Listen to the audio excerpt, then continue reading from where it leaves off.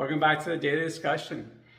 So I saw something framed up earlier, and I don't 100% think it was meant to be this way, but the way I took it or understood it made me think of it in this way. So I'm going to frame it up like this: is that reactions to things are basically a fear response. So it could be, think of it in this way, is like somebody says something to you that angers you, or you maybe get you think your ego is under attack, or your personality, or maybe they're attacking your personality or your authority or your position or whatever.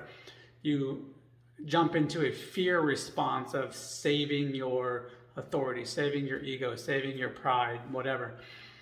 Whether that's conscious or not, you don't have to necessarily understand that that's what's going on. But if you react to it and just do something quickly and it's more defensive, you can think of it as a fear-based loop.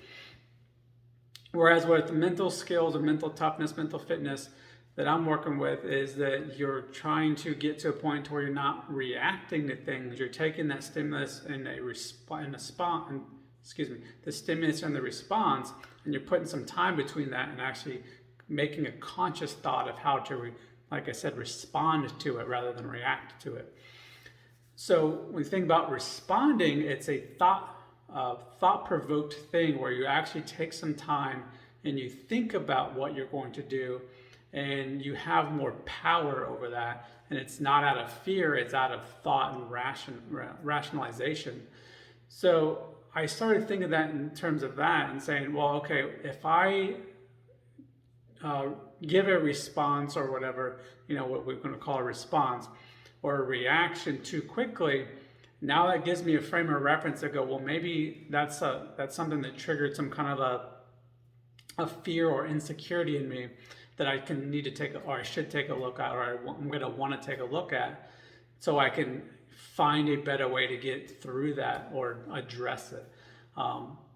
But I don't think that's a blanket rule. So don't take it that way, because there may be something I've practiced so many times, or I have a very good understanding of how to properly respond to it, that I can do it without thinking, because I've put so much thought or time and practice into that in the first place. So it's not getting out a blanket rule, but it's a good place at least for me to start and go like, hey, if I blurted something out too quickly, was that out of a place of fear, or is it something that I've got a lot of practice doing? So I don't know, I thought I'd share that with you and see what you think. See if you have anything to add to that.